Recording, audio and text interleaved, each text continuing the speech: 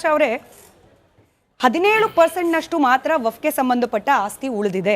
ಸರಿಸುಮಾರು 1.12 ಲ್ಯಾಕ್ 1.12 ಲಕ್ಷ ಎಕರೆಯಷ್ಟು ವಫ್ಗೆ ಸಂಬಂಧಪಟ್ಟ ಆಸ್ತಿ ಇತ್ತು. ಆದರೆ ಉಳಿದಿರೋದು ಕೇವಲ 20,054 ಎಕರೆ ಮಾತ್ರ. ಮುಂದಿನ ಚೆನ್ನಾಗಿದೆ ಸರ್. ಅದರಲ್ಲಿ ಸರಿಸುಮಾರು 17,000 ಎಕರೆಯಷ್ಟು ಸರ್, 17,000 ಎಕರೆಯಷ್ಟನ್ನ ಕಬಳಿಕೆ ಮಾಡಿರೋದು. ಯಾವುದನ್ನ? ವಫ್ಗೆ ಸಂಬಂಧಪಟ್ಟ ಆಸ್ತಿಯನ್ನ ಕಬಳಿಕೆ, ಇಲ್ಲೀಗಲ್ ಆಗಿ ಕಬ್ಜಾ ಮಾಡಿರೋದು ಮುಸಲ್ಮಾನರೇ. ಹೇಳ್ತಾ ಇರೋದು ಸ್ಮಿತಾ ರಂಗನಾಥ್ ಅಲ್ಲ ಸರ್. 17ನೇ ತಾರೀಕು ಮಾರ್ಚ್ 2026ರಲ್ಲಿ ಜಮೀರ್ ಅಹಮದ್ ಖಾನ್ ಅವರು ಅಸೆಂಬ್ಲಿಯಲ್ಲಿ ನಿಂತ್ಕೊಂಡು ಆನ್ ದ ಫ್ಲೋರ್ ಹೇಳಿರೋದು. ಅಲ್ಲಿಗೆ ನಿಮ್ಮ ಸಮುದಾಯದಲ್ಲೂ ಕೂಡ ನಿಮ್ಮ ಸಮುದಾಯದ ದಾನಕ್ಕಾಗಿ ನೀಡಿದ ಆಸ್ತಿಯನ್ನ ಕಬಳಿಸುವ ಕಳ್ಳರಿದ್ದಾರೆ ಅಂತ ಆದಾಗ ನಿಮಗೂ ಅನ್ಸಲ್ವಾ, ದೇವಸ್ಥಾನಕ್ಕೆ ಹುಂಡಿಗೆ ಮಾತ್ರ ಯಾಕಪ್ಪ CC ಕ್ಯಾಮ್ರಾ, ನಮಗೂ ಹಾಕ್ಲಿ ಅಂತ ಹೇಳಿ? ಮೇಡಮ್ ನೋಡಿ, ವಫ್ ಬೋರ್ಡು, ವಫ್ ಅಂದರೆ ಏನು? ನಾವು ದಾನ ಮಾಡೋದು ಅಂದರೆ ನಮ್ಮ ಜಮೀನು ವಫ್ಗೆ ಕೊಡೋದು. ಆ ವಫ್ ಕೊಟ್ಟರೆ ಅಲ್ಲಾದು ಜಾಗ, ಅದು ನಾವು ಅಲ್ಲನ ಹೆಸರು ಮೇಲೆ ಕೊಡೋದು.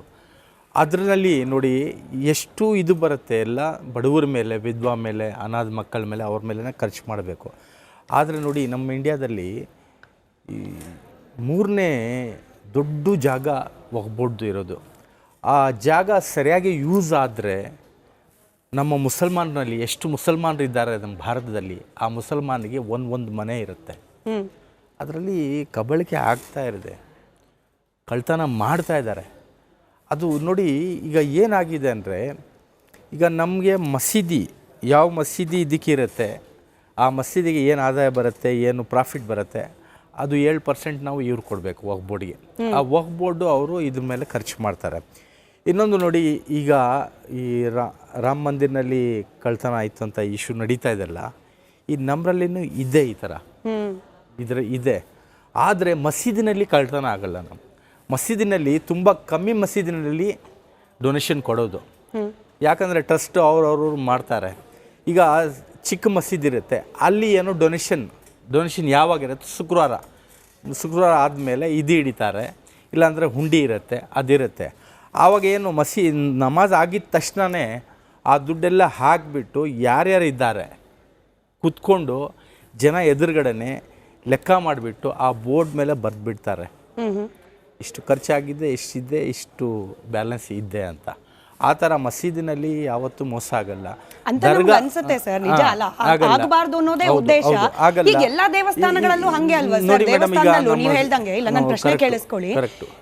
ನೀವೇನು ಹೇಳಿದ್ರಿ, ವಫ್ಗೆ ಕೊಡೋದು ದಾನವಾಗಿ ಕೊಡೋದು. ಹೌದು, ಭಗವಂತನಿಗೆ ಕೊಡೋದು ಕೂಡ ಅದು ಸದ್ಬಳಕೆ ಆಗ್ಲಿ ಅಂತ ಹೇಳ್ಕೊಡೋ ಒಂದ್ ಅರ್ಥದ ದಾನಾನೇ ಅನ್ಕೊಳ್ಳಿ. ನೀವ್ ಹೇಳಿದ್ರಿ ಎಲ್ಲರೂ ಕುತ್ಕೊಂಡು ಕೌಂಟ್ ಮಾಡ್ತಾರೆ, ದೇವಸ್ಥಾನಗಳಲ್ಲೂ ಹಂಗೇನೆ ಎಲ್ಲರೂ ಕುತ್ಕೊಂಡು ಕೌಂಟ್ ಮಾಡ್ತಾರೆ.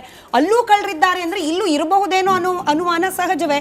ಇಲ್ಲಿ ಮಾನಿಟರ್ ಮಾಡ್ಲಿಕ್ಕೆ ವ್ಯವಸ್ಥೆ ಇದೆ, ಹಂಗಾಗಿ ಸಿಗಾಕೊಳ್ತಿದ್ದಾರೆ. ಇಲ್ಲಿ ಮಾನಿಟರ್ ಮಾಡ್ಲಿಕ್ಕೆ ವ್ಯವಸ್ಥೆನೇ ಇಲ್ಲ. ಈಗ ನಾನು ವಫ್ದು ಮತ್ತೆ ಮಸೀದಿಗಳಿದ್ದೀನಿ. ಮಸೀದಿನಲ್ಲಿ ಉಲುಮಾ, ಟ್ರಸ್ಟಿ, ಸದರು, ಸೆಕ್ರೆಟರಿ ಅವ್ರು ಮೇಂಟೈನ್ ಮಾಡ್ತಾರೆ. ಜಾಗ ಬಂದು ವಫ್ಗೆ ನಾವು ಕೊಡ್ತೀವಲ್ಲ, ಅದರಲ್ಲಿ ರಾಜಕಾರಣಿಗಳು ಇನ್ವಾಲ್ವ್ ಇದ್ದಾರೆ. ರಾಜಕಾರಣದಲ್ಲಿ ಮುಸಲ್ಮಾನರು ಇರೋದು, ಅವರೇ ಹಗರಣೆ ಮಾಡಿರೋದು. ದೊಡ್ಡ ದೊಡ್ಡ ಲೀಡರ್ ಎಲ್ಲ ಲಕ್ಷಾಂತರ ಸಾವಿರಾರು ಎಕರೆ ಎಲ್ಲ ಹಗರಣೆ ಮಾಡಿದ್ದಾರೆ. ಆ ಥರ ಇನ್ನೊಂದು ಮಾತು ಸ್ವಾಮೀಜಿ ಹೇಳಿದ್ರೆ ನಾನು ತುಂಬ ಇದಾಗಿ ನಾನು ಕೇಳಿದೆ.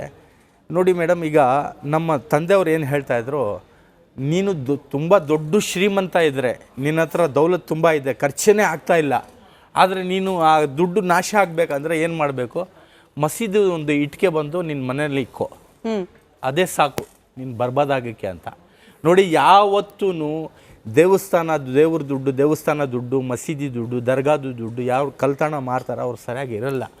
ಅದ್ರದ್ದು ವಯಸ್ಸು ಎಷ್ಟೂ ಇದು ಮಾಡಿದ್ರೆ, ನಮ್ಮ ತಂದೆಯವರು ಹೇಳಿದ್ರು, ಎಷ್ಟು ನೀವು ಶ್ರೀಮಂತ ಆಗ್ಬಿಡ, ಆ ದುಡ್ಡು ತಗೊಂಡು 40 ವರ್ಷನೇ ಇರುತ್ತೆ, ಆಮೇಲೆ ನಾಶ ಆ ಕುಟುಂಬಕ್ಕೆ. ಅದು ನೋಡಿ ನಮ್ಮ ಇದರಲ್ಲಿನೂ ಇದ್ದೆ ಮೇಡಮ್, ಇಲ್ಲ ಅಂತ ಇಲ್ಲ, ಒಂದೇ ಕಡೆ ಹೇಳೋದು ಅದು.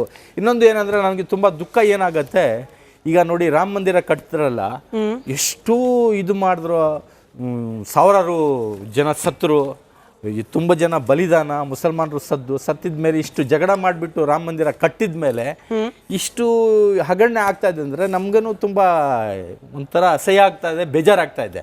ಏನು ಇದೇ ಇಶ್ಯೂ ತಗೊಂಡು ಗೌರ್ಮೆಂಟ್ ಬಂದಿದ್ದು BJP, ಇದೇ ಇಶ್ಯೂನಲ್ಲಿ ತುಂಬ ಡ್ಯಾಮೇಜ್ ಆಗ್ಬೋದು.